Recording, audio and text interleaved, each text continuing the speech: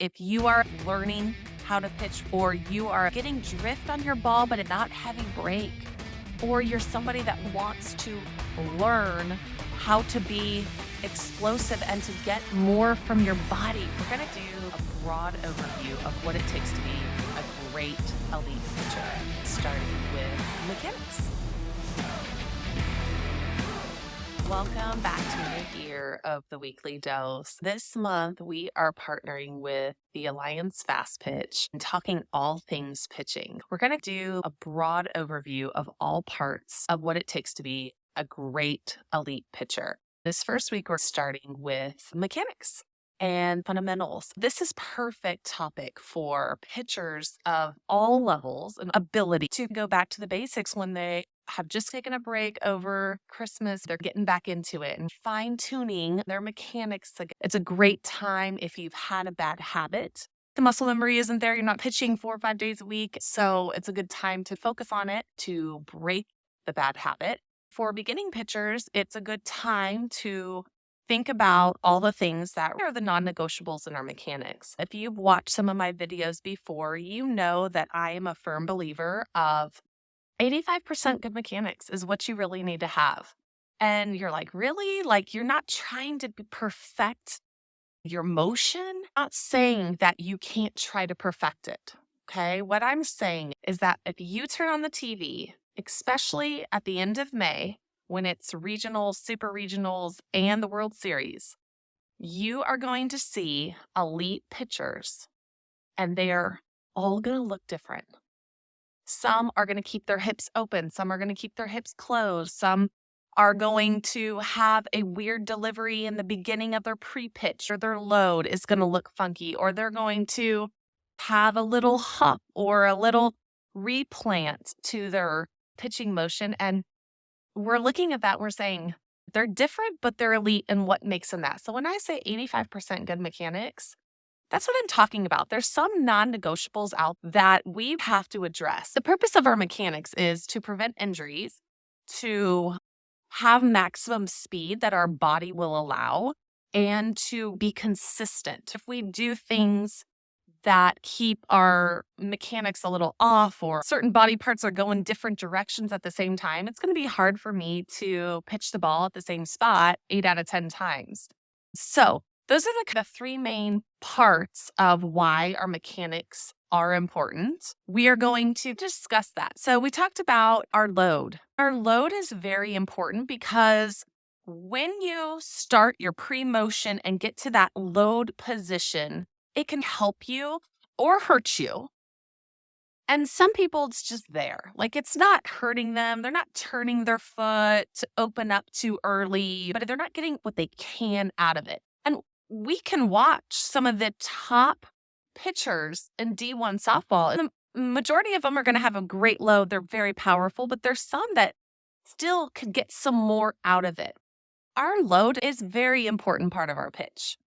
Okay? Every load will look different. Some people like to keep their hands in their glove and just push out. Some like to do 2 arm swings. Some like to do 1.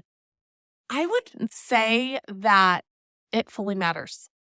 Because when we look on TV and we see the elite pitchers, everybody has a different technique in how they start. But the minute that they go forward, it's 100%.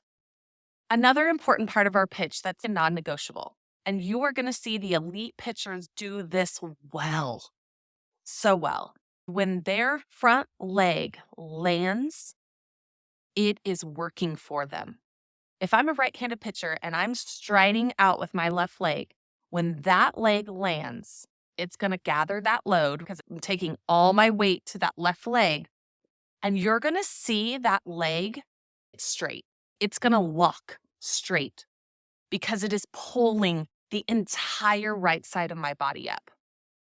I'm not falling over. I'm not resisting so much that I push back more. My left side of my body is working to help me. Remember, all parts can help or hurt us.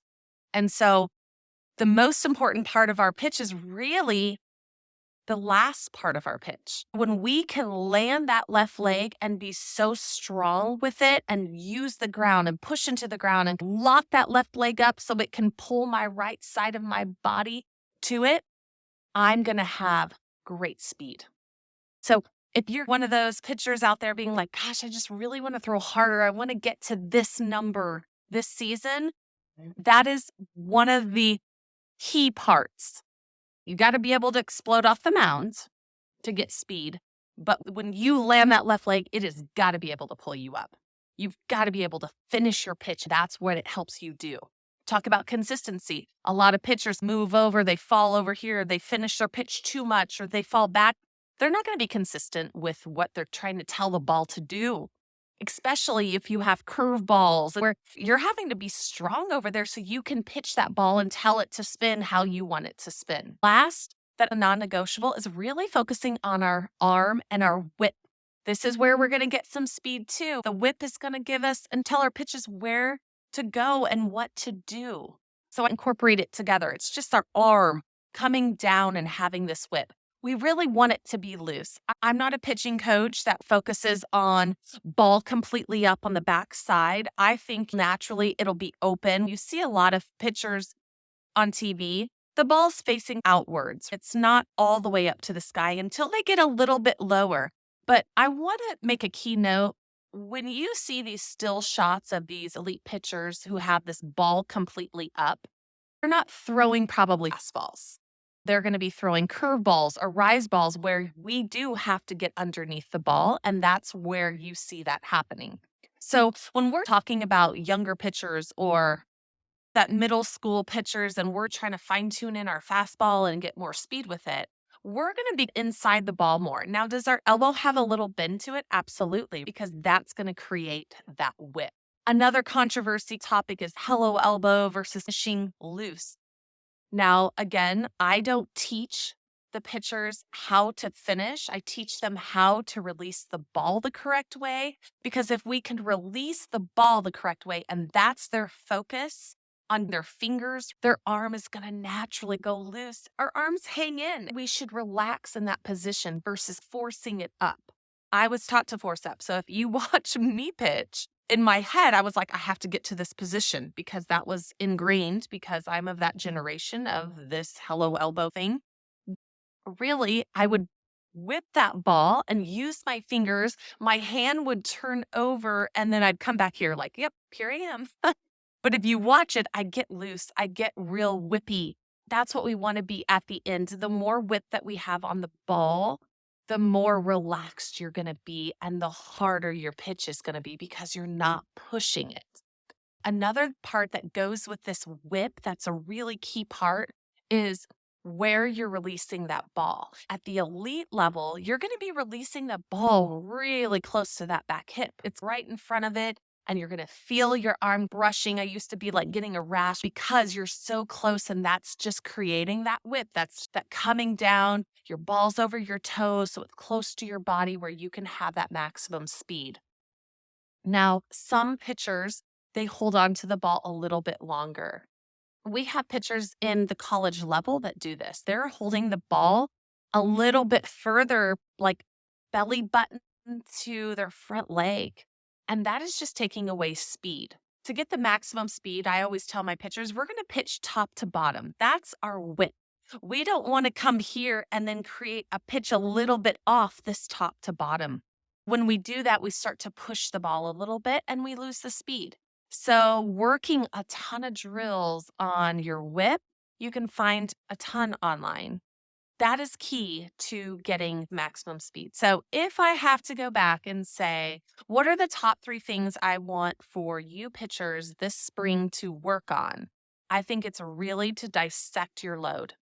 Dissect it, slow motion it, look at it, try to see if it goes with those elite pitchers. Their body position should be similar to yours. The next is checking and dissecting your front side of your body. Are you super strong? I've just worked this week with a ton of 8, 9-year-old pitchers. They're falling to the side and they don't know how to utilize that leg. Same with my daughters. That's what we're focusing on. I have to keep reminding them because they don't have muscle memory yet. I want them to hear the correct terms. using your leg, push into the ground, straighten that left leg, lock it up. Different things that I'm telling them that hopefully they can click and think throughout their pitch. Then the whip. My oldest daughter, we are working on this. I'm watching tons of videos with her so she can just see the correct motion. Half the battle is they just don't know what you mean. Even though you're saying it in different ways, are they doing it? So really checking, slow motion your video, see where your release point's at, see what your hand is doing after your pitch. If you kind of are finishing up, probably not having a good whip. These 3 areas that we just discussed should be your focus. The spring to improve your speed, improve your consistency, and to improve your spin. If you are a pitcher who is learning how to pitch, or you are a pitcher who is getting drift on your ball, but it's just not consistent or not heavy break, or you're somebody that wants to learn how to be explosive and to get more from your body, that's where your focus should be. On myspindoctor.com, we have a 12-week program, the Future All-American program, that is great for beginners, but also those pitchers that want to dissect things and make sure they know what their glove is supposed to do, make sure they know what their left side of their body is supposed to do, make sure they know what their drag should look like. It comes with videos that show different drills that will help that focus. And some of the drills overlap because they're good for both your arm and your leg. But there's 12 weeks to dig in, okay? Let me know if you have any questions regarding the program or anything that we've discussed, and I will get back with you, or just put it in the comments because we read those too. So I will see you guys next week.